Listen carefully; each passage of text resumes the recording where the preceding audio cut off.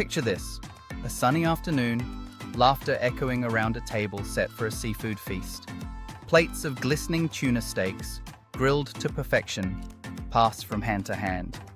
There's excitement in the air, a special occasion, a long-awaited reunion, or simply the joy of sharing good food with good company.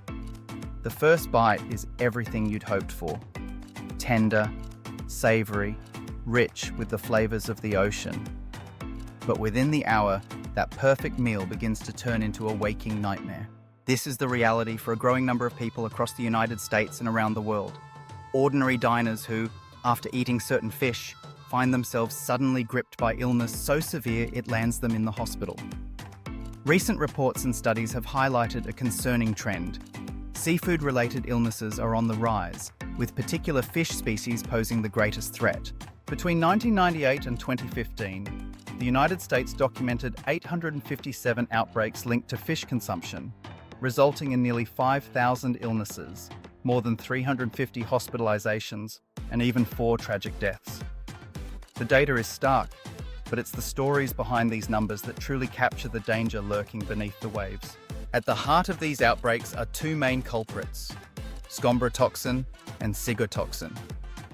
Each toxin brings its own set of terrifying symptoms and risks, and both are most often associated with popular fish like tuna, mackerel, and certain types of reef fish.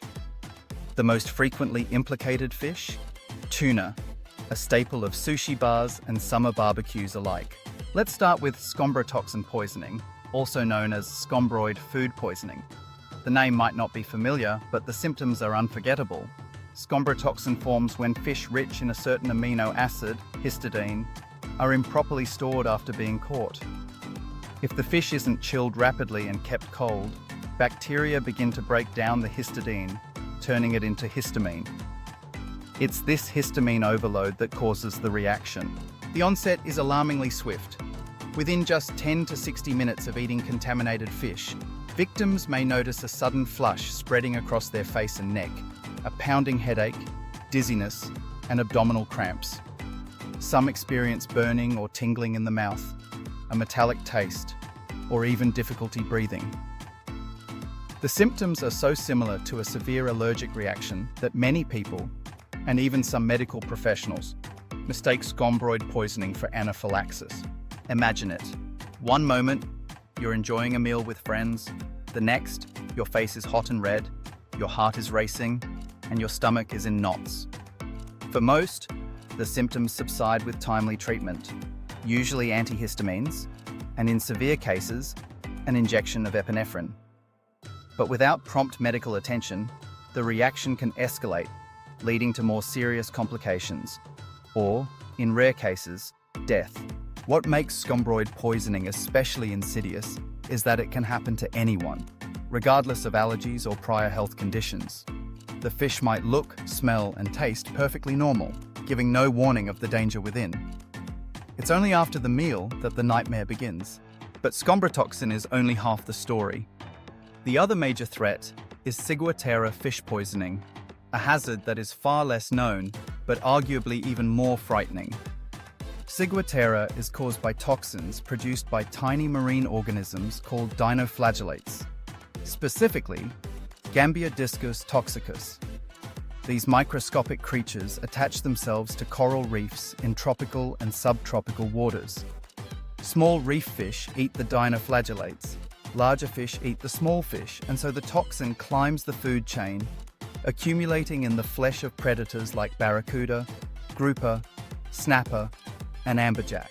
To the unsuspecting traveler or diner, there's no way to tell if a fish is carrying ciguatoxin. The flesh smells fresh, the taste is delicious, and the meal proceeds as usual. But within hours, the symptoms strike, often with a vengeance. The first wave is gastrointestinal: nausea, vomiting, diarrhea, and abdominal pain. But soon, a second, more insidious set of symptoms emerges: neurological disturbances that can be deeply unsettling. Victims of ciguatera describe a bizarre reversal of hot and cold sensations. Cool drinks feel like they burn, while warm water seems icy. There may be tingling, numbness, or a creeping sense of weakness in the limbs. Some people experience dizziness, muscle aches, or a metallic taste in the mouth. In severe cases, heart rhythm disturbances and low blood pressure can occur, requiring immediate hospitalization. Unlike scombroid poisoning, there is no specific antidote for ciguatera.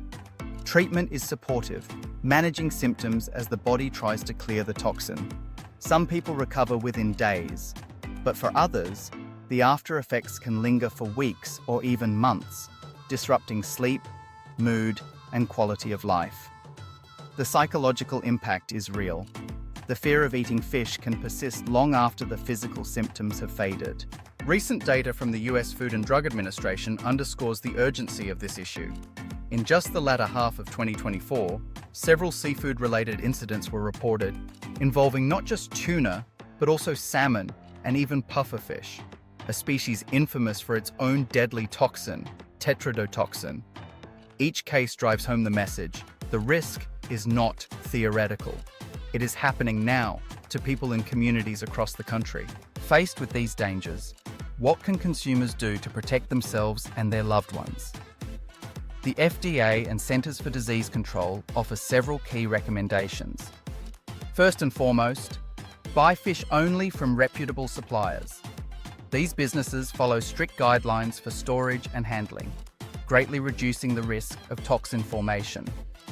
If you're purchasing fresh fish, make sure it's kept cold, below 40 degrees Fahrenheit, from the moment it's caught until it reaches your kitchen. For scombroid poisoning, proper refrigeration is critical. If you notice any strange odor, discoloration, or texture, err on the side of caution and do not eat the fish. Remember, cooking or freezing does not destroy scombrotoxin.